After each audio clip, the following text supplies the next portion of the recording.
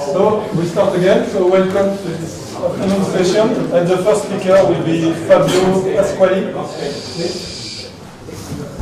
Well, good afternoon. Thank you to the organizer for allowing me to speak and to present this joint work with Maietti and Rosolini. And this is a work that it belongs to a line of research about the study of logical hyperdoctrines with a particular focus on a construction that has been developed by Maietti and Rosolini in 2013, I think, and it is called elementary quotient completion. So, one of the main characters. And, well, it is a construction that takes an elementary doctrine and produces a new elementary doctrine with quotients for all equivalence relations that you can write in a new doctrine. So, I will present the construction precisely in a few slides. And well, what we do in this talk is to connect this construction to categories of assemblies and related categories such as partitional assemblies and effective topos, and to use doctrine as a way to approach the study of these categories. And in particular, we'll see one application, so we will prove the validity of the search thesis in effective topos, starting from a different point of view in a sense. And well, if I have time, also other application, I will show also other application of this approach. And so, okay. The fundamental brick that we use is the notion of elementary existential doctrine that goes back to Lovier, and it consists of a contravariant functor from a category C with finite products to a category of semi-lattices and homomorphisms of these semi-lattices, such that every homomorphism in the image of P has a left adjoint, and this left adjoint is required to satisfy some coherence condition, distributivity condition known as the Beck-Chevalier, as the limit reciprocity.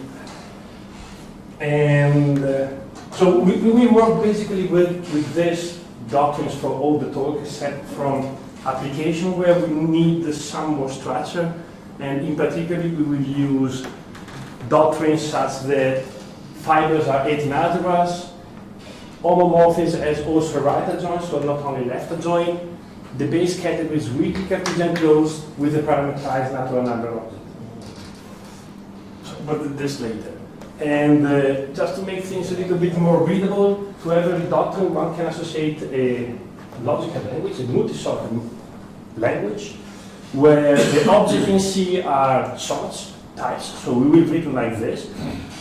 An arrows of C has to be thought of a term in the context S of type A, so we will write like this.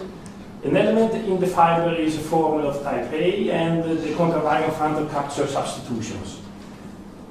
The order in the fibers is the entailment, so phi1, phi(n) are the premises in the context. Here are the premises of this entailment. This is the conclusion. And in particular, if we know that alpha is true over A, we will write it like this. We say that in the context A, the doctrine P can prove alpha. Yeah. If you take the left adjoint along the diagonal evaluated of the top element, we have the equality predicate, and we will write it in this way. And in particular, we say that the doctrine has comprehensive diagonal. Maybe we'll discuss the terminology later, but what it means is that the diagonal, the equality predicate is strong enough to determine whether or not two arrows of the base are equal. So this direction from left to right always holds. If it happens that also from right to left holds, we say that it has comprehensive diagonals. And if all our examples in this talk, so from the next slides on, we always assume implicitly that this holds. And that's it. And be aware that this condition can be forced to hold, but not in the situation that we will consider. So, a little bit of examples. Power set functor, and more generally the subobject doctrine over any regular category are elementary and existential. And if I already have an elementary existential doctrine, and I have a functor that preserves finite products, and faithfulness also. Faithfulness is for comprehensive diagonal. And I take this composition, and what I have is again an elementary existential doctrine. And let me show two more examples that are a little bit central later. If I have a category C with finite limits, I can consider the functor that sends each object to the slice category ordered by factorization. So this is a pre-order. I take the poset reflection, I have a poset. And the action on arrows is given by pullbacks. And just to, that's key also because this work usually is on type theory, and I'm not a type theorist, but I felt very guilty. And we can build a doctrine out of type theories and yeah. Sorry, in the example before, did you take the poset reflection of the sub-objects or of the slice category? The slice. The slice. Of the slice? Yeah. So C is a finite limit category. Yeah. So, okay. But, yeah, no, because you said it's a pre-order, but it's not a pre-order. It's a category, you take the... Yeah, it's a size issue, what you mean. That's all. No, but that's, you take this, the poset reflection of a category, not of a pre-order one. Yeah. But I end up on an insularity. Yes.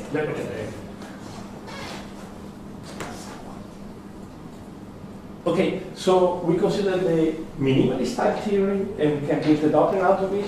The base category is the category of closed type, and arrows are terms, as you can see. So an arrows from A to B is a terms in the context A terms type B in the context A, and we say that two terms, so we force diagonal to be comprehensive, and we say that.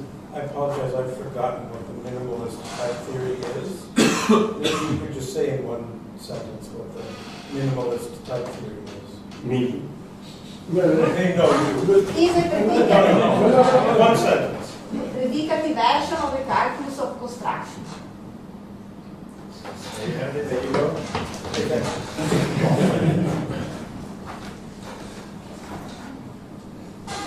But okay, okay. So you have closed types, you have arrows that are terms, and you force diagonals to be comprehensive. So you say that two arrows are equal when I can prove in the theory that are equal, and I have to build the doctrine now, and the doctrine is send each closed type to the collection of proposition depending on it. And again, I order proposition in this way by probability. So I say that phi is less than equal to psi if there's a proof term in the arrow type, and then I take the poset reflection given here to get the poset. And yeah, that's a doctrine, that's an elementary existential doctrine where the equality predicate is given by identity type. Okay, as I told you at the beginning, we are going to discuss about the construction that freely has quotients to a doctrine. So in particular, what is an equivalence relation? It is a binary predicator satisfying the natural condition that says that it is reflexive, symmetric, and transitive.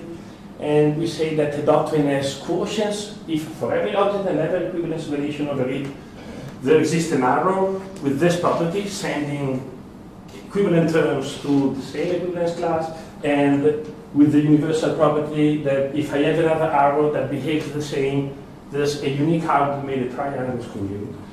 So this is a doctrine with quotients, and we say that quotients are effective if also the other entailments hold. So two terms are equivalent if and only if the equivalent classes, the equivalence classes are equal in the sense of the doctrine.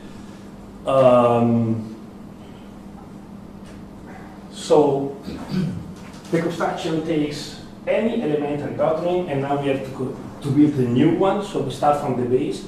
The base category is the category of equivalence relation, or setoids, if you prefer. So an object is a pair, an object of the old base, and an equivalence relation over it. And arrows are equivalence classes of arrows that preserve the equivalence relations, and two arrows are equal when they map, when they value on the same element are related. And the construction takes any of this pair to the subset of formulas of P of the previous doctrine satisfying this property. So in a sense, So rho is an equivalence relation. I'm collecting all those formulas that believe that the equivalence relation is substitutive, so that it is an equality. And substitution is given using substitution in P, and this doesn't depend on the choice of representative. That's proved in this article where it is introduced. And quotients are very easy to compute, they are identity maps. So this a couple of examples. They were the motivating examples behind the introduction of this construction. If you employ the construction on the weak subobject doctrine over a category C with finite limits, you obtain the subobject doctrine of its X-less completion. And well, if you do the same on the category built on the minimalist type theory, you get the setoid model over it, which is not exact. The base category is not exact. So, but that's to show that it's a generalization of the category. This is an example of an elementary quotient completion, which is not an exact completion, and we will discuss about one other examples later. And as it happened for the X-less completion, the base of the doctrine is embedded into the base of the completions. So we have that this assignment gives a full and faithful phantom from C to the completion, to the base category, the elementary quotient completion, and this is part of a larger embedding in the sense that we can see that the starting doctrine is embedded into the final, the completion. So this natural transformation behaves like the identity on the fibers, and this allows us to see P as the change of base, as the composition of these two phantoms. So if I compose the completion with the embedding, I obtain P. So in particular, I can, P is embedded into the final doctrine, and that's useful if you want to recover property of P from known property of the completion, because P is part of the completion. So in particular, we have this theorem where the necessary condition is rather immediate proof.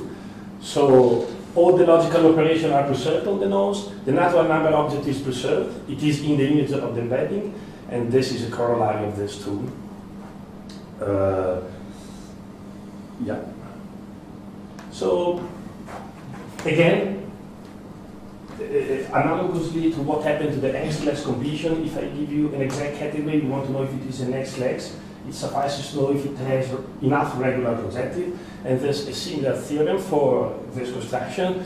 We take an existential elementary doctrine, we say that an object C is Q projective if whenever I have a situation like this where this is a quotient map, quotient in the sense of the doctrine, there's an arrow from X to Y that means the triangle commutes.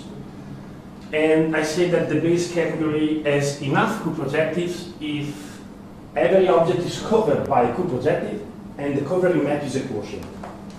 So if this happens, then if I have an elementary existential doctrine with effective quotients, the following are equivalent. So the doctrine is the elementary quotient completion of the smaller doctrine if and only if its base has enough Q-projectives and these are closed under final product, which is a necessary extra condition that one has to make, because as you might imagine, if C has enough projective, you take the subcategory of projective as the base of the new doctrine. But among the axiom of the doctrine, there's finite products, and in general, one cannot prove that projectives are closed under finite products. So this has to be added in addition. So a first example, so this characterization is given by the category of assemblies. Has already introduced, I think, at least by Beno in some previous talks, but I presented, there are several representations of this category. I presented like a pair, a set, together with an arrow to non-empty subset of natural numbers, and an arrow between two assemblies is a function between the underlying sets with a track, that is to say, there's a natural number that is a code of a function that maps realizer of A to realizer of B in the image of F. And when the map of realizer is a singleton for every a, the value of alpha is a singleton for every little a, that is to say alpha is a map to n rather than to the power set, we say that the assembly is partitioned and PISM denotes the full subcategories of assemblies on partitioned one. So we can consider several doctrines based on assemblies. We focus on this two. We take assemblies, that's a pair, a set with something else. We forget the something else. We take the function, it is a function with codes, we forget the codes, and we go to set, and then we consider the power set doctrine. So this is elementary and existential, and we do the same with partitioned assemblies. Again, we forget all the computational content, and we work with sets. This doctrine has effective quotients, and actually is the elementary quotient completion of this one. So in particular, we have an equivalence of categories and natural isomorphism. And this equivalence says that we can present assemblies as the category of set-theoretic equivalence relation of partitioned assemblies. So pretty much as you present, well, an ecological space is a trivial space with an equivalence relation that has nothing to do with the topology. The same happened here. You take a partition assemblies and you put beside an equivalence relation that has nothing to do with realizers, and what you have is an assembly. So yeah, this one. So let me recap a little bit. We take this subset doctrine of assemblies, and you employ an elementary quotient completion over it, and you find subset of assemblies. So from partitioned to assembly. Partitioned assemblies has finite limits, so we can very well consider the weak subobject doctrine. We employ the elementary quotient completion, and we obtain the subobject doctrine of the exact completion, so the effective topos. These two doctrines has the same base. So in particular, recall that the base of this doctrine is embedded into the base of this one, of the elementary quotient completion. So we have this triangle of embeddings, and what we aim to do, what we want to do, is to create connections here and use this connection between doctrines to study, let's say, what happened here, knowing what happened here, knowing what happened here. And we first do the general case.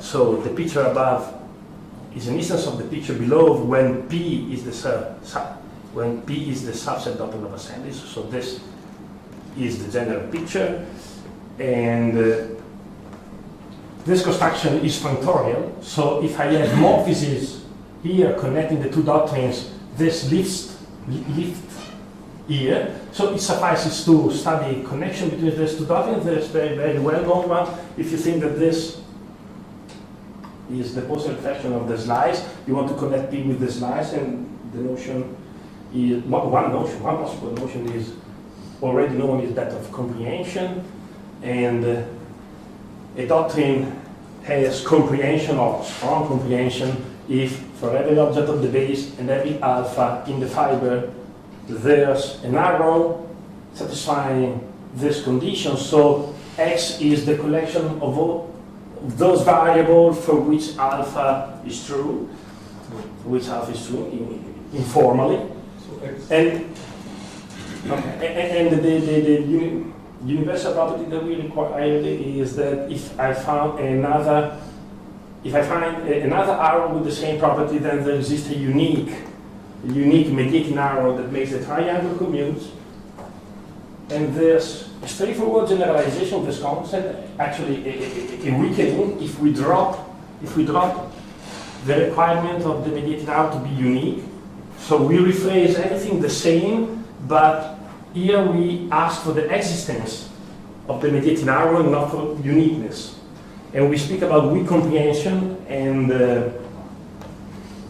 all our examples has weak comprehension. Some have strong, but the weak subobject doctrine has weak comprehension, and also doctrines built out of type theory, as we mentioned before, has weak comprehension. So that's the this generalization allows to consider these two class of doctrines. And both this situation can be described by a joint situation. So strong comprehensions can be described considering an adjoint situation like this between fibers and slices, and analogously weak comprehension can be described by a very similar adjoint situation where this is the posterior reflection of CA. And so we have this. A doctrine has weak comprehension when there are two natural transformations between the doctrine and the weak subobject doctrine satisfying this adjoint situation. And so this natural transformation is in particular a family of error here. So in particular, they are all monotone, they preserve the order. If they reflect the order too, comprehension is said full, and it is rather, it is an exercise to show that it is full if and only if this condition holds.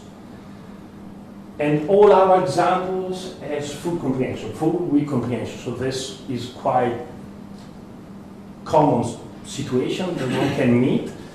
One can ask if also the other composition, what is the identity, when this happened, and to answer this we need to speak about choice. So in particular we say that a doctrine satisfies the rule of choice whenever I consider a relation which is total. There's an arrow, there's a choice function that picks the element in the existential quantification. And the other composition is the identity precisely when the rule satisfies the doctrine satisfies the rule of choice.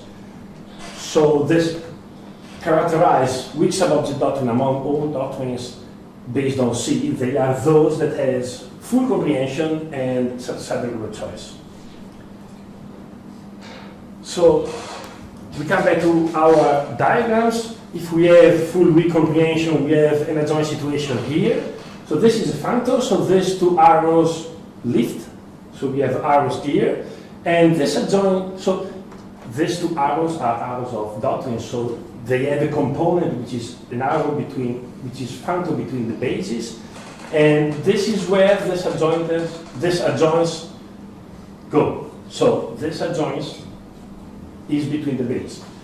And the right adjoint is built out of the right adjoint here, the left adjoint is built out of the left adjoint here, and what we have is that fullness of comprehension allows to prove that R is full and faithful, and since the left adjoint preserves finite limits, it is required to do so, it is a family of R in the category of insemi lattices, we can show that the left adjoint preserves finite products. So in particular, whenever we can prove that CX is Cartesian closed, we have automatically that the remaining quotient coefficient is Cartesian closed too. It's an exponential ideal of CX. So, well, we have our square of doctrines. We have the vertical arrows preserves and reflects everything.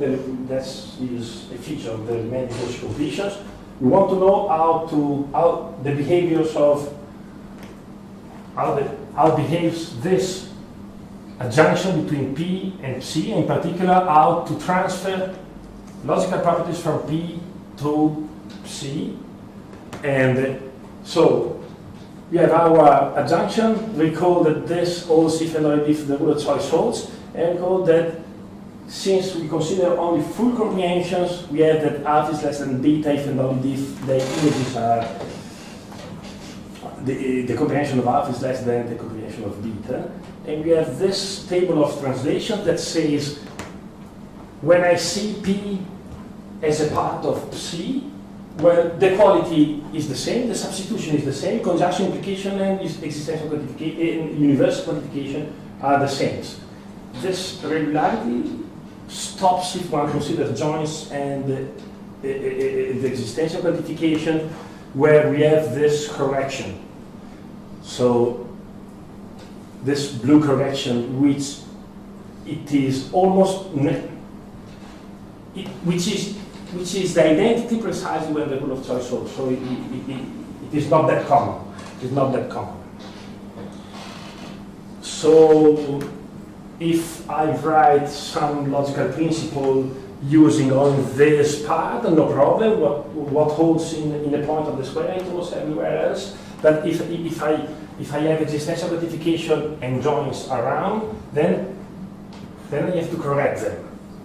But there's no way to make this correction identity unless choice. But it might happen that for some formulas, some very specific formulas, and some existential quantification, we can delay this. We can forget this blue corrections, and this is what I'm going to discuss in the next slides.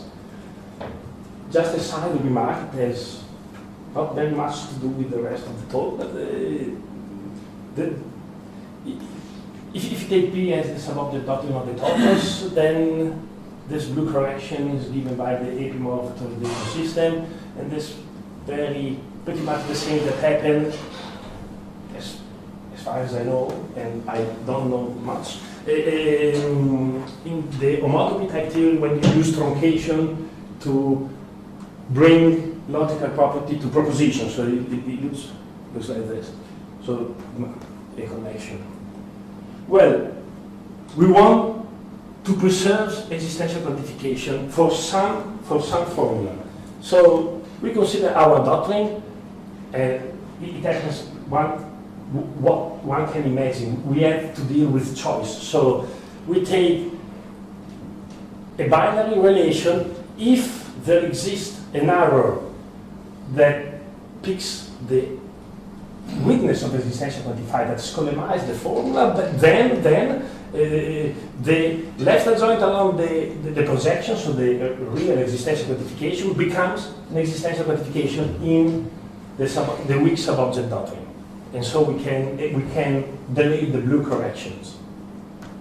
Okay, so we have all the ingredient, and we want to apply this as a first application to the church thesis. So now we take our doctrine with all the operations, all the adjoints, the parameterized natural number object, weak exponential in the base, and we say that the doctrine the church thesis holds when this is true. So whenever a total relation natural numbers, every total relation natural numbers has the code of a function, and to write the code we encode clean T and U predicate in the doctrine, and we say tight-directed church thesis holds if it is a sort of weaker version, if whenever I take an arrow in the internal offset from end to end, this arrow has a code. And of course, in presence of choice, the validity of this implies the validity of this. And once again, the elementary quotient completion preserves and reflects all logical operation on the nose, and it maps the natural number object in the natural number object. So we have pretty much straightforwardly that one of those principles holds in P if and only if the same principle holds in the completions. So the two vertical arrows in the square are okay. The problem is using the adjunction to know that if something holds in the simpler doctrine, then it holds also in the weak subobject doctrine, because there are existential quantification everywhere, and these are not preserved.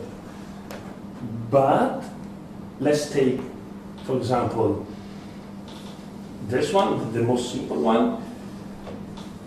If we focus on formulas in the scope of the existential quantification, so these formulas, which is in the scope of this existential quantification, this formula in the scope of this, the theorem, the trivial theorem, if you want, that we proved before, says that if we can Skolemize those, then this is true, this principle, this formula is true in P, if and only if it is true in the weak subobject doctrine. So we can bring this from P to C and vice versa.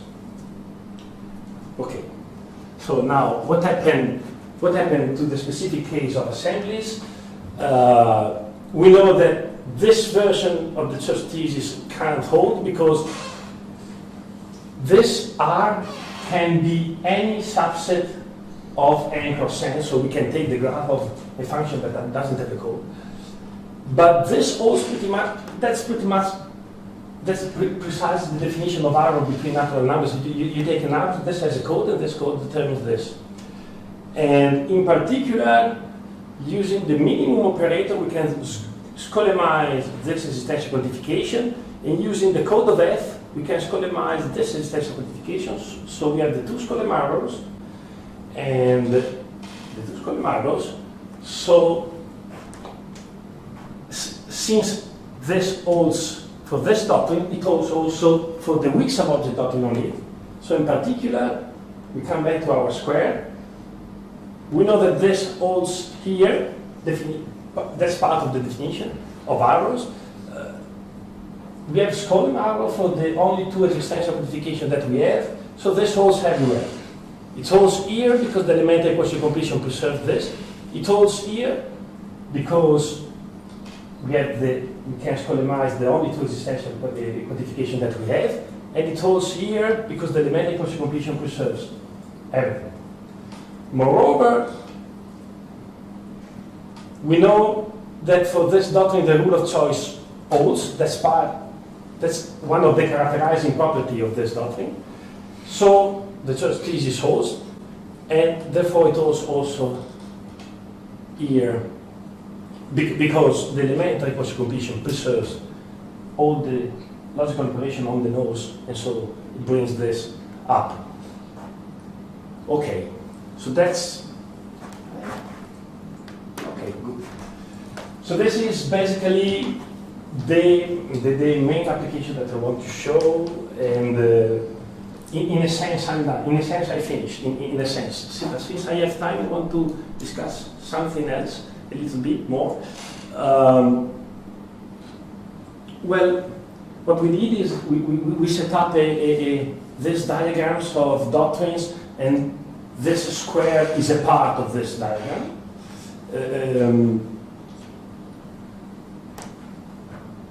As a way to approach the study of these doctrines, partition assemblies, and defective topos, seeing them as an elementary quotient completion and connected by this adjunction and this adjunction, so to find property.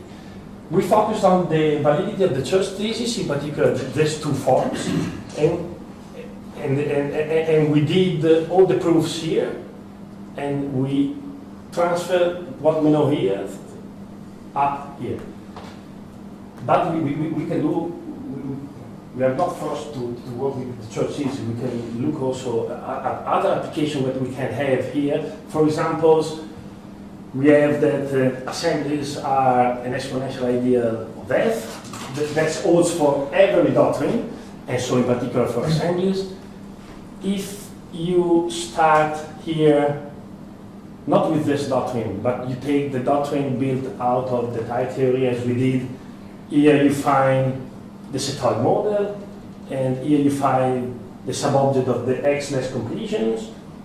And so if you start with the minimalist type theory, you find as well that this is an exponential ideal of the exact completion. But if you start from the doctrine built out of Martin-Löf type theory, then here you have the rule of choice. So this is an equivalence, because a doctrine is equivalent to Psi if and only if it has full comprehension, and that doctrine has, and satisfies the rule of choice, and that doctrine has. So this is an equivalence, this is an equivalence, and this is an no. This is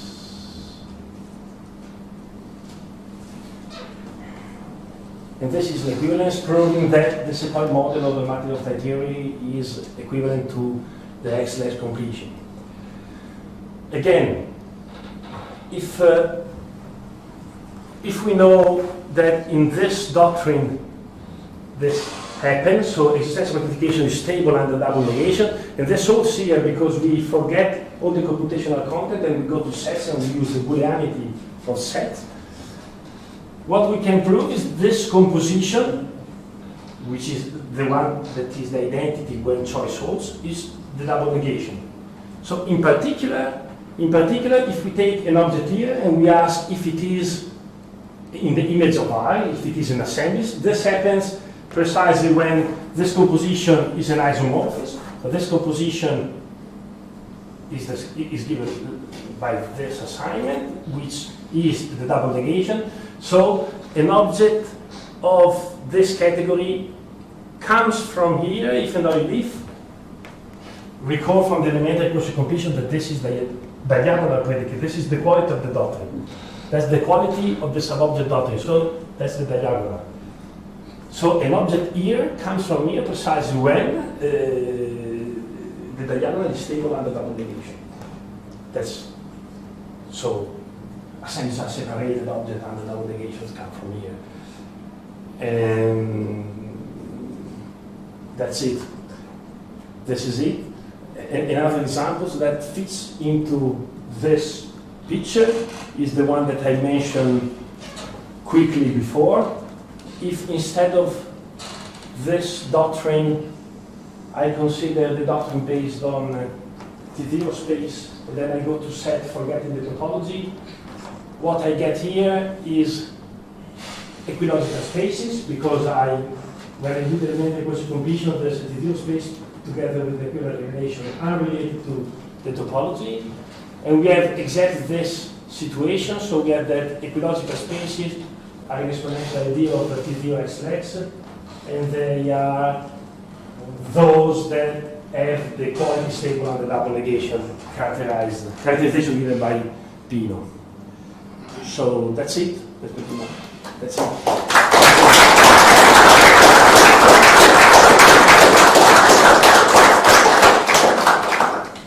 Background reference directly related to what we do. Okay. Thank you. So, any questions, remarks? Yes? How does this relate to doing similar things with triposes? Because there seems to be some similarity there. Right. Well, all those doctrines are triposes. And in particular, there's an article by me and Pino that proves, since this doctrine has full comprehension, the key ingredients are full comprehension and the rule of choice, if you apply the tripos to topos construction here, you end up with the same situation. So, but that's a peculiarity of this doctrine that has the rule of choice, and the comprehension. If you look at the effective topos as the result of the tripos topos construction on the so-called realizability tripos, you end up to the same point, okay? But this preservation fails. But if you take the realizability tripos, the church thesis doesn't hold in it. It appears in the topos, but it doesn't hold in the starting tripos. And also the natural number object doesn't come, it is not in the embedding set into the tripos. It is a little bit different. So in a sense, this construction have a direct preservation of this property with respect to the tripos. So Maietti characterize the main result at the end as follows. You start with partitioned assembly, when you do x calculation, you get a topos. Now, if you consider not predicate some partitioned assemblies and perform your construction, then you get assemblies. With the elementary quotient completion. Yeah, the elementary Okay, quotient. yeah, okay. That's it, yeah. Martin? I'm not quite sure if this is a question or what exactly. I suppose that, I mean, in one sense it's very smooth to look at partitioned assemblies in this way, and somehow, equally, it feels like a bit of a miracle that something that's as bad. I mean, partitioned assembly is not great, really, right? Prima facie, it's not obvious that they contain all this information about the effective topos in them. So there's some kind of surprise about what happens here. Now, I mean, one way to make, I think, the question sharp almost about this methodology would be to see if you can give an account in a parallel fashion of what happens with modified realizability. Because modified realizability is really quite tricky from this point of view, prima facie.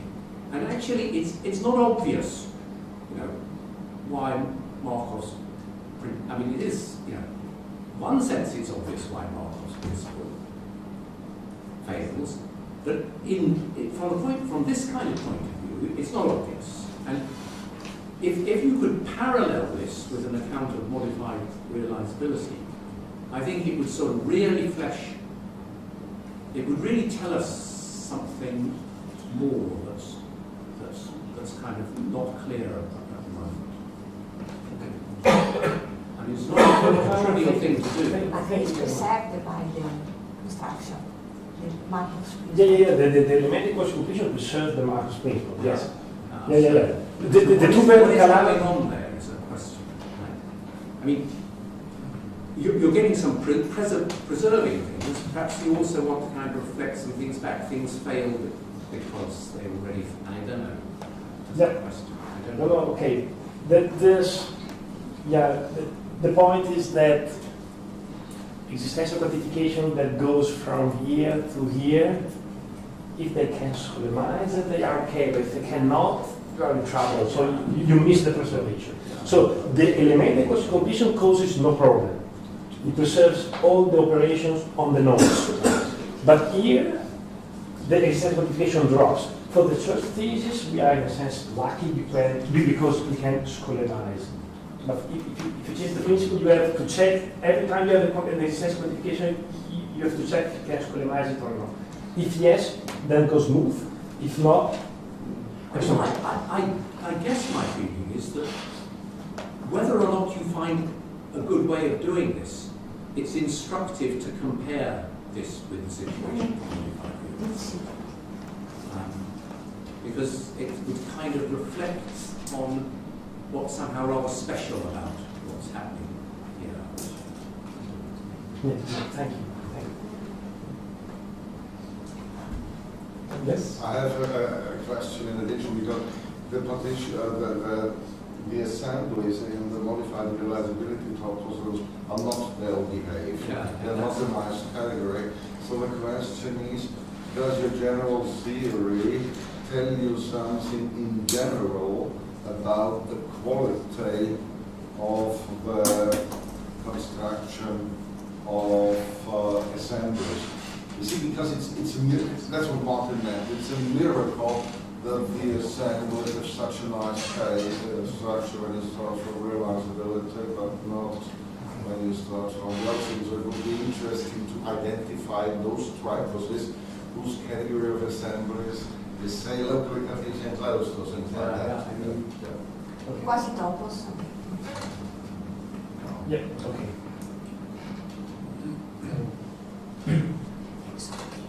Steve? A very natural thing to do would be to replace the meet semi-lattices by Cartesian categories to do a kind of proof-relevant version that would be relating to setoids and so on. You must have given some thought to that. I'm sure it's much more difficult, but do you have anything to say about that case? Not a lot. But one point is, if you want to take into account proof relevance, you are asking about that, right? Oh, instead of having a post and fiber category. categories in the fibers, We may get. do you have anything to say about it? The problem is with this category, it's very difficult to handle substitution, as you know. And so the things work, the key trick to make these things work well is to abandon the proof relevance. That's the point. Because because here we have that usually the doctrines are with weak comprehension, for example, and it's difficult to handle with weak comprehension as it is in material effect theory. What we got the opposite direction to make the things more abstract, and that's because I started with the proof relevance, and because of the coherence condition, you lose. I don't lose myself. And this approach by the weak subobject and the relation with it's just the key point to make a bit of abstraction among the structures that are proof relevant. This is. Thank you. Thank you. No more questions? No? Okay. Thanks again.